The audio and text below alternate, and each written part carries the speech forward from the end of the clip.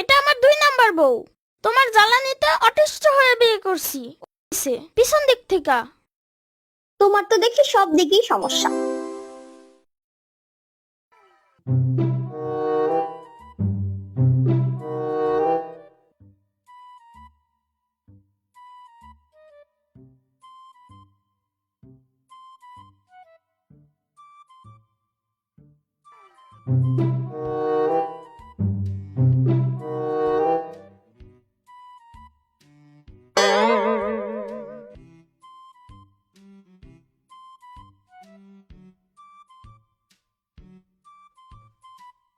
এই চায়ের কাপ টেবিলের কোণায় কেন রেখেছো? যদি পড়ে যায়? আমি কি কাপকে ঠেলে ফেলেছি নাকি? সে নিজেই দাঁড়িয়ে আছে। এই কাপের চেয়েও বেশি ব্যালেন্সড আমি, তাও আমাকে তো তুমি ঝগড়া করে ফেলে দাও। তোমার প্লেটের পাশে ভাত পড়ছে কেন? ভাতও তো মানুষ, একটু হাঁটতে চেয়েছে। তাহলে ভাতকে বলো ঘর ভাড়া দিয়ে দিব। ঘুরে বেড়ানোর এত ইচ্ছে? আজকে কোনো ঝগড়া করব না, একদম শান্ত থাকবো। তুমি চুপচাপ কেন? শান্ত থাকার চেষ্টা করছি। মানে আমি কথা বললে ঝগড়া হয়, তাই না?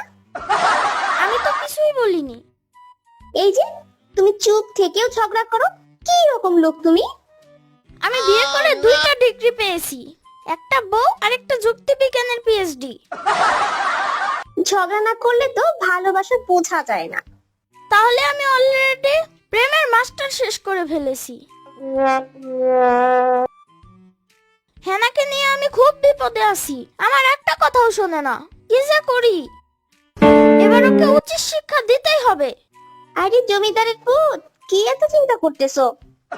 সেটা তোমাকে বলে লাভ নাই, তুমি আমার চিন্তার ধারে কাছেও আসতে পারবা না। তোমাকে বিয়ে করে আমি অনেক বড় ভুল করছি। আমি আজকেই বাপের বাড়ি চলে যাব। তুমি গেলেই তো আমি বাসি। তাড়াতাড়ি চলে যাও, ট্রেন মিস হয়ে যাবে। সামনে কুরবানি ঈদ আসতেছে, ঈদটা শেষ হোক তারপর যাব। কোরবানির মাংস খাওয়ার ধান্দায় আছো, তা আমি বুঝি না। তুমি তো সব সময় 4 লাইন বেশি বুঝে বসে থাকো, এর জন্যই তো বিপদ। এখন বেশি কথা না বলে তাড়াতাড়ি আমাকে ঈদে শপিং করে দাও। বলো তুমি কি নিতে চাও এই ঈদে? এইবার ঈদে আমাকে একটা পাকিস্তানি ড্রেস কিনে দাও। আগে কোরবানির গরু কিনতে হবে, তারপর তোমারটা দেখা যাবে। ড্রেস পরে গরুর পিছনে দৌড়াবে নাকি? কি এত বড় কথা? তুমি আমাকে জামা কিনে দিবা না? আমি কেবল একটা ড্রেস চাইছি, তোমার কাছে তো তোমার কলিজা চাই নাই। তোমার জন্য 10টা ড্রেসও কম, কারণ প্রতিদিন তুমি নতুন নাটক শুরু করো। তুমি আমারে অনেক জ্বালাইছো, হ্যাঁ না? এবার তুমি দেখবা আমি তোমার সাথে কি করি। তুমি আর কি করবা ইয়ামিন? তোমার দৌড় আমি জানি।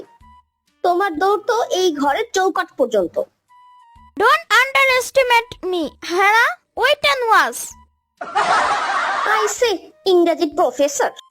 বেশি কথা বলো না, হ্যাঁ না? তোমার ওই ফালতু চা খেয়ে আমার বমি আসতেছে। যাও বমি করে আসো, ঘরের মধ্যে করলে তোমার খবর আছে। যাচ্ছি, তবে মনে রেখো এসব আচরণের জন্য তোমার কপালে শনি আছে। যাও যাও, তুমি আমার কিছুই করতে পারবা না। ঠিক আছে, বিকালেই টের পাবা। এখন যাও রান্না করো। না থাক, তোমার রান্নার উপর আমার আর ভরসা নাই। আমি গরু কিনতে যাচ্ছি।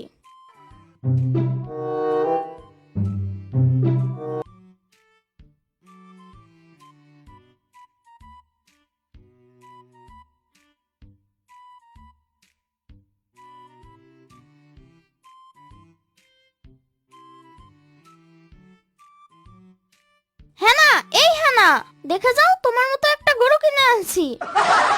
দাঁড়াও আসতেছি।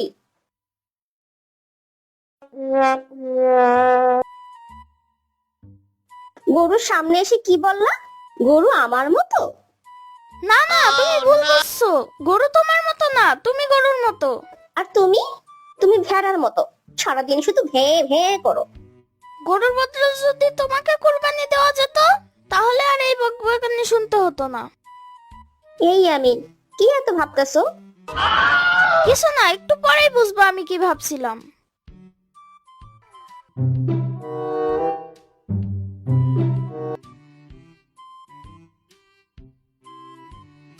ইয়ামিন, এই মেয়েটাকে? এটা আমার 2 নাম্বার বউ। তোমার জ্বালানিতে অতিষ্ঠ হয়ে বিয়ে করছি। এত বকবক না করে আমার জন্য খাবার আনো। আজকেই তোমাদের শিক্ষার ব্যবস্থা করতেছি। কাবিননামা কই তোমাদের? ওটা তো অনলাইন ভার্সনে আছে, এখন সব ডিজিটাল। তোর জন্য এবার আসল কুরবানি হবে, তুই নিজেই। ভাবি, আমি আসলে তোমার কাজিন টিনা। ইয়ামিন ভাইরে একটু শিক্ষা দিতে চাইছিলাম। ভালোই করছো টিনা, আমি তো ভাবছিলাম আজকে তাকে কাবাব বানাবো। তোমরা দুজনে মিলে আমাকে বোকা বানালে।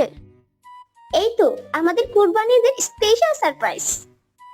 তোমার জন্য পুরস্কার, গরুর সাথে শোয়ার ব্যবস্থা করা হয়েছে, কারণ তুমি বলছিলা গরু আমার মতো।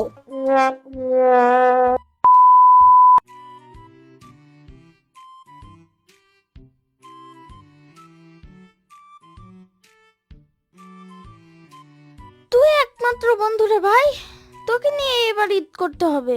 তোকে আমি কলিজা দিয়ে ভালোবাসি রাফি। তোর চোখেও কি আমার মতো কান্না আছে রে? এমন পবিত্র বন্ধুত্বে লাথি মারলি, হেনার সাথে থাকতেই ভালো ছিল। এ কি হয়েছে তোমার? চেহারার এই অবস্থা কেন? গরু আমারে থেরাপি দিছে পিছন দিক থেকে। তোমার তো দেখি সব দিকেই সমস্যা। সামনে গেলে আমি মারি, পেছনে গেলে গরু মারি। এবার গরু কোরবানি দিবা তো, নাকি নিজের আত্মা কোরবানি দিবা? তুই পাশে থাকলে আত্মা তো আগেই ছাড়ছে। এই গরুর হাসি আমারে ভয় পাইয়ে দিছে। ও বুঝছে, তুই কোরবানি দিবি না, পাল্টা তোকে দিবি। আমার কপাল, আবার গরুর পিছনে দৌড়াতে হবে। ঈদের দিনও শান্তি নাই। জামা পরে দৌড়াও, লোকজন ভাববে গরু না তুমি পাগল পালাইতাছো। এই হলো ইয়ামিনের আত্মীয়। নাটক, দৌড়, গোজামিল সব ওর রক্তে। এবার বুঝছো, নাটক শুধু আমার না, তোমার গরুও পারে। তাইলে বুঝলাম এই পরিবারে শান্তির কুরবানি অনেক আগেই হয়ে গেছে। আর ভালোবাসা, সেটা কি এখনো আছে? ভালোবাসা তুই গরুর মতো, যতই দড়ি বাঁধো মাঝে মাঝে ছুটেই যায়।